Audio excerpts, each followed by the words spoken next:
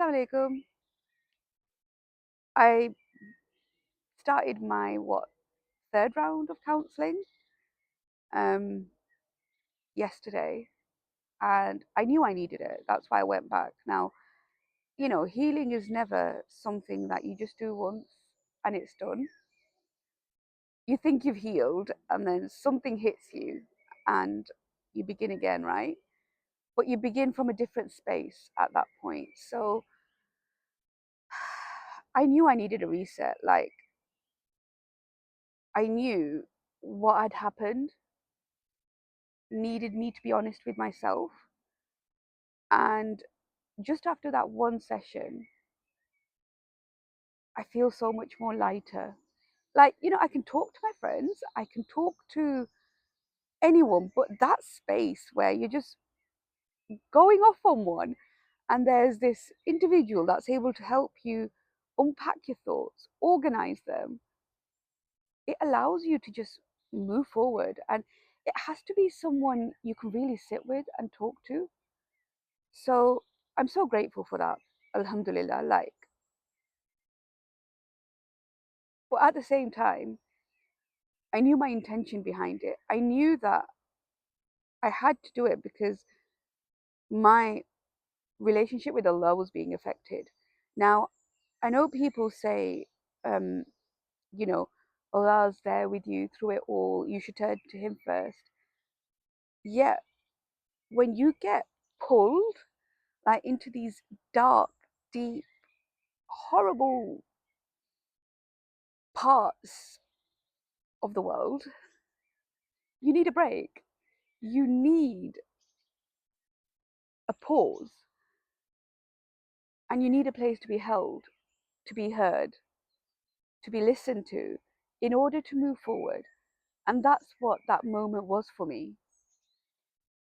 And I think that's why I do the work I do. So, there's so many things that I just give away, like alhamdulillah, like the journalings. I've got the journal, I've got um, I speak to people, I talk through it. Yet the real deep transformation takes place when you finally stop and think, do you know what?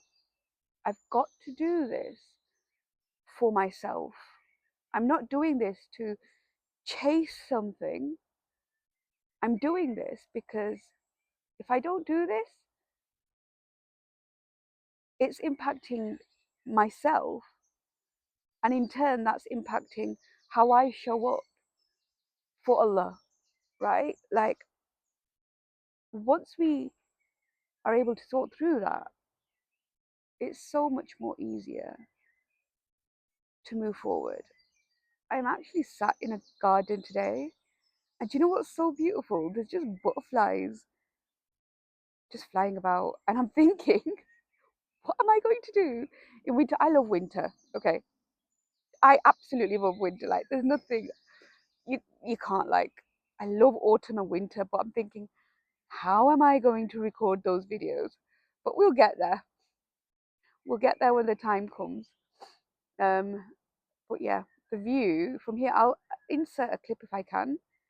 It's just beautiful, and can't wait for the cafe to open. I'm going to get a cup of coffee and journal. I promise I do more in my life than just journaling too. Like, there is so much more to it, but that is something that grounds me, that allows me to breathe, that allows me to carry on with life, that allows me to come on here and show up fully. So I it's a bit of a rambly one, wasn't it? But I just had to like just share a part of what's been going on this week. And there have been moments where, if I go back to last week, I was all over the place. I was in such a dark place, I didn't even know where I was going. Yet this week, Alhamdulillah, it's just completely changed. And that's it. You've got to go through the motions in order to be grateful and enjoy the sunshine as well. So, in all of this, just remember you've got to finally say, I'm ready to